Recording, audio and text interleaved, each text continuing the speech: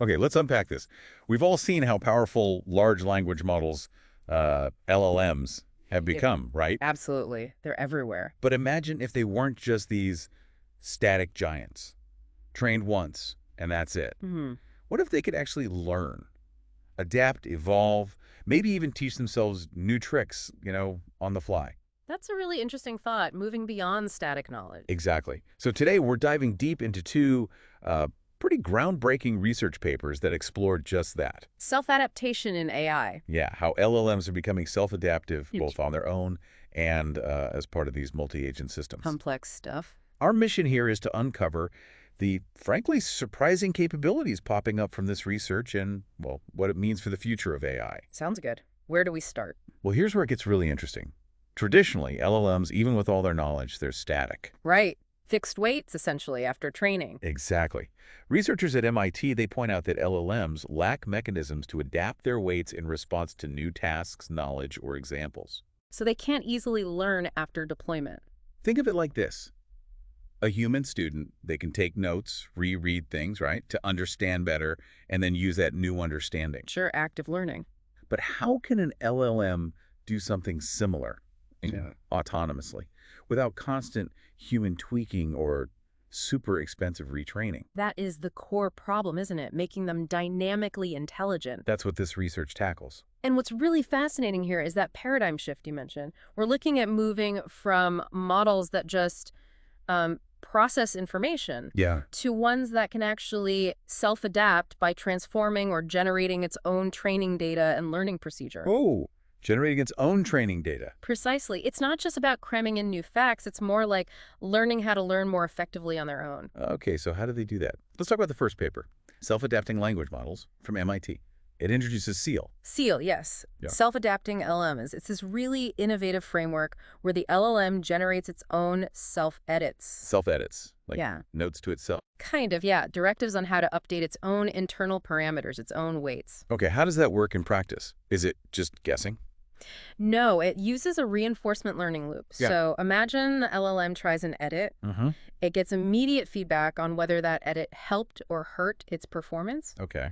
And then it uses that feedback to learn how to make better, more precise edits next time. So it learns how to edit itself. Exactly. For instance, for what they call knowledge incorporation, the SEAL models learn to generate logical implications. Logical implication. Yeah, like facts or inferences that logically follow from a piece of text it's given. Then it actually fine-tunes itself on these implications it created. And the result. Well, this allowed the models to answer questions without needing the original context passage handy. Accuracy jumped from about 32.7% to 47.0%. That's a pretty big leap, so it internalizes the knowledge better. A significant leap, yeah.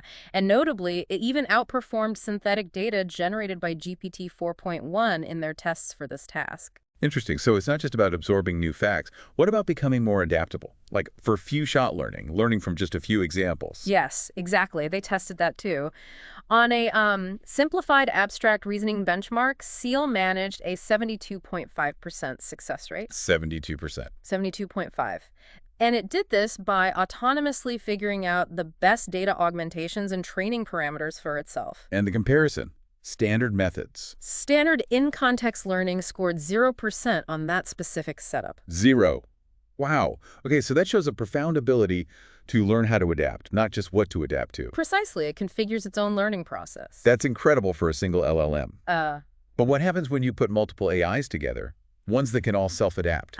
Good question. The second paper, right? Self-adaptive LLM-based multi-agent systems from the University of Waterloo. It looks into that. It does. If we sort of connect this to the bigger picture, they suggest integrating LLMs, specifically like GPT-based tech, into multi-agent systems or MS, and their method uses the MAPE-K model. It stands for Monitor, Analyze, Plan, Execute, and Knowledge. MAPE-K. Right. It's a framework. This integration lets the agents adapt to more complex tasks and react to evolving situations intelligently. So they're not just following fixed rules anymore. They can change strategies. Exactly. They monitor the situation, analyze it, plan a response, execute it, and update their knowledge base, all potentially adapting their approach as they go. And they build a simulation, a marketplace. That's right, yeah. A simulated online book marketplace with LLM-powered buyers and sellers. And what do they see?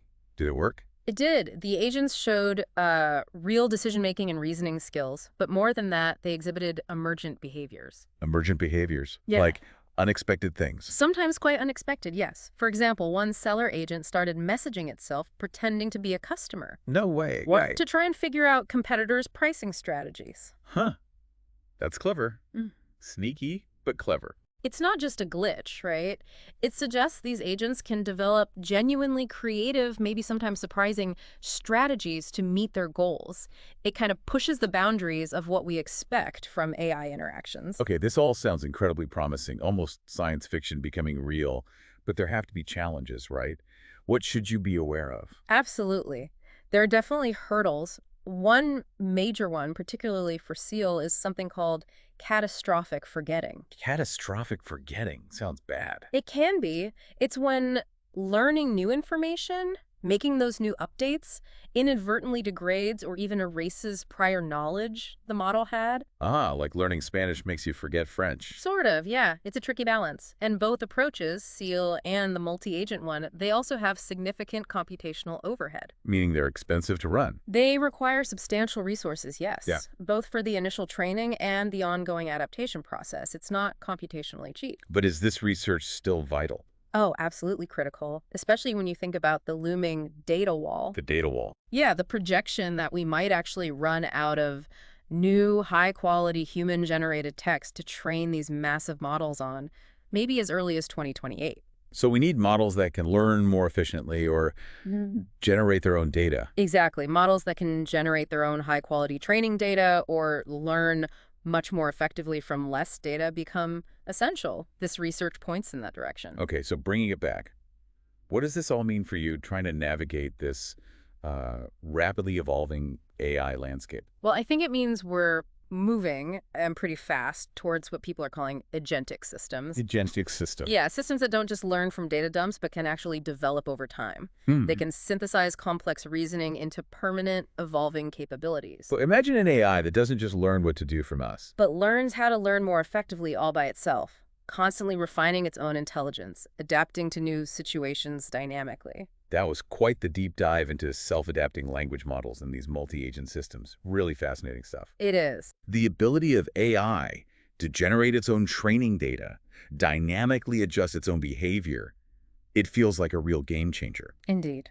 And it definitely raises an important question for all of us, doesn't it? Which is? As these AI systems become more autonomous, more independent in their learning and adaptation, how will our relationship, our interaction with them need to change and evolve too? Especially as they become increasingly resourceful. Something profound to ponder as you continue exploring the ever-shifting